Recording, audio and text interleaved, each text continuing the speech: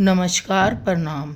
जैसा मैं आपको गोपी प्रेम से अवगत करा रही थी, राधा प्रेम से अवगत करा रही थी, तो हमको अपने ग्रंथों पर आधारित जो भी हमें ज्ञान मिलता है, जो भी हमें भक्ति के विषय से हम प्राप्त करते हैं, वो हमें ग्रंथों के अध्ययन से ही पता चलता है। क्योंकि कल मैं गीता प्रेस वालों की भगवत गीता के अध्याय पढ़ रही थी, तो हर अध्याय में सिर्फ भगवान श्री कृष्ण अर्जुन जी से यही कह रहे थे कि हे अर्जुन, जो जीव मुझे अपने कर्मों के द्वारा, अपने भक्ति योग के द्वारा, अपने ज्ञान योग के द्वारा ध्याएगा, जो निश्चल भाव से मुझे ध्याएगा, मेरे में मन बसाएगा, वही मेरे लिए मेरा प्रिय भक्त होगा। तो अपने जीवन का उद्देश्य को जानो हे अर्जुन। हर कलयुग के जीव को अपने जीवन के उद्देश्य को जानना होगा कि मैं कौन हूँ, क्या हूँ और हमें क्या जाना है। कल मैंने गीता जी के बहुत अध्याय पढ़े, तो सबका सार एक ही था कि हमें अपनी भक्ति योग, ज्ञान योग और कर्म योग के द्वारा भगवान श्री कृष्ण को पाना है। भगवान श्री कृष्ण को पाना ही हमारे जीवन का उद्देश्य है। नहीं तो हमारा जो ये जीवन है, जो हमें 84 लाख योनियों के बाद मिलता है, वो व्यर्थ जाएगा। इसलिए हमें गीता जी के भी संरक्षण में रहना चाहिए और हमें रोज़ गीता का ज्ञान लेना चाहिए, स्वयं उसका अध्ययन करना चाहिए।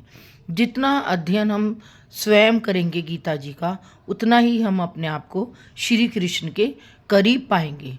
क्योंकि हमारे जीवन में जो घटनाएं घटित हो रही हैं और जो आगे आने वाले जीवन में घटनाएं घटित होंगी, वो सब गीता जी में आज भी लिखा हुआ है। आज भी अगर हम उसका अध्ययन करेंगे, जबकि गीता जी कितनी पुरानी है, कितने हजारों वर्ष पहले भगवान श्री कृष्ण ने महाभारत के युद्ध में, कुरुक्षेत्र में अर्जुन को गीता का ज्ञान दिया था। और आज वही गीता हमारे जीवन में, हमारे जीवन का उद्देश्य बन रही है। बहुत कम जीव हैं जो कि गीता जी को पढ़ते हैं, गीता जी का अध्ययन करते हैं। अब आप लोग सोच रहे होंगे मैं गोपी प्रेम से गीता ज्ञान में कैसे चली गई। तो जब तक हमें भागवत ग्रंथों का ज्ञान ही नहीं होगा, तब तक हम गोपी को कैसे समझेंगे। गोपी शब्द भी कोई साधारण शब्द नहीं है। राधा भी कोई साधारण नहीं है कि राधा जी के ऊपर बोलना, गोपियों के ऊपर बोलना कोई साधारण विषय नहीं है। ये एक बहुत ही कठिन विषय है जिस पर हम चर्चा करते हैं, जिस विषय पे हम बोलते हैं। ये सिर्फ राधा रानी की कृपा और भागवत ग्रंथों की कृपा से ही हमें प्राप्त होता है। बगैर उसका अध्ययन किए, बगैर हमें भगवत कृपा के बगैर हम किसी भी विषय पे नहीं बोल सकते और ना ही उसको जान सकते हैं। जैसे सपोज मैंने पॉलिटिकल साइंस ऑनर्स किया है, जब तक मैं पॉलिटिकल साइंस, राजनीतिक विज्ञान के अध्याय ही नहीं पढ़ूंगी, राजनीति विज्ञान के विषयों को ही नहीं पढ़ूंगी, तो मैं कैसे राजनीति विज्ञान में पास हो पाती। तो ऐसे ही हमारा ये जीवन है, ये जीवन भी हमारी एक किताब की तरह है। हमारा जीवन एक खुली किताब है और हमारे जीवन को एक खुली किताब की तरह ही रखना चाहिए। हमारा जो व्यक्तित्व है, हमारा जो चरित्र है, हमारा जो भी हम इस सृष्टि में आए हैं और हम जो जीवन जीते हैं, वो एक खुली किताब की तरह ही होना चाहिए और होना चाहिए। क्योंकि अगर आज जब तक हमारा जीवन है और हम इस युग में हैं, कलयुग में हैं, तब तक ही हमें लोग जानेंगे, पहचानेंगे। जैसे ही हमारा शरीर पूरा हो जाएगा, तो 1-2 दिन ही लोग हमको याद करेंगे, उसके बाद सब हमें भूल जाते हैं।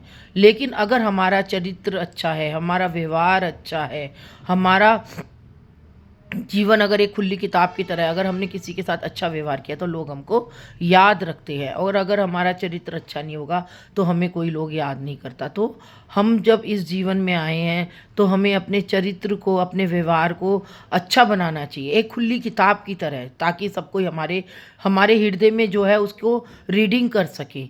कई लोग होते हैं कि दिखावे में तो इतने मृदुल भाषी होते हैं, सरल होते हैं, लेकिन उनके अंदर क्या चल रहा होता है वो हम कभी भी जान ही नहीं पाते हैं, क्योंकि उनके अंदर छल और कपट भरा हुआ होता है। जिनके हृदय में ईर्ष्या, द्वेष, छल, कपट भरा हुआ होता है, उनके विषय को हम कभी भी नहीं जान पाते। चाहे हम बचपन से लेके बुढ़ापे तक हम उनके साथ रहे, लेकिन हम उनके अंदर क्या चल रहा है उसको हम कभी भी नहीं जान पाते हैं। और भगवत गीता में हमारे अंदर जो चल रहा है, और हम कोई परेशान बैठे हैं, हमें कोई सूझ नहीं रहा है, तो हम कहते हैं हम क्या करें, हमारे प्रश्न का उत्तर नहीं मिल रहा है। तो आप भगवत गीता को उठाओ, भगवत गीता को खोलो, और देखना जो भी अध्याय आपका खुलेगा, जब आप उसका अध्ययन करोगे, उसका चिंतन करोगे, उसको आत्मसात करोगे, तो आपके हर प्रश्न का उत्तर हमें भगवत गीता में मिल जाएगा। हमें इधर उधर भटकने की ज़रूरत ही नहीं है। हमें भागवत जी को पढ़ना है, हमें भगवत गीता को पढ़ना है, अगर हमें अपने जीवन को आगे बढ़ाना है। खाली खाना बनाने से, व्यापार करने से हमें कुछ हमारे जीवन का उद्देश्य नहीं है। हमारे जीवन का उद्देश्य ही हमारे अपने कर्म है। कर्म योग क्या है? कर्म योग क्या है? कर्म योग हमारे कर्म है। हम आज जो भी अच्छा कर्म करते हैं, जैसे कि अपने गृहस्थ, हम पैदा होते हैं, थोड़े बड़े होते हैं, जब हमें समझ आ जाती है, तो जब हम समझने लग जाते हैं, बचपन से ही अगर हमें अच्छा ज्ञान दिया जाए तो हम अच्छे कर्मों के द्वारा आगे बढ़ेंगे। अगर हमें अच्छी तरीके से ज्ञान नहीं दिया जाएगा तो हम अपने जो भी हमें आगे बढ़ना है, हम उसको अच्छे से आगे नहीं बढ़ पाएंगे। तो माँ बाप की शिक्षा और हमारे गुरु जो स्कूल में होते हैं, उनकी शिक्षा ही हमें अच्छे कर्मों की तरफ ले जाती है।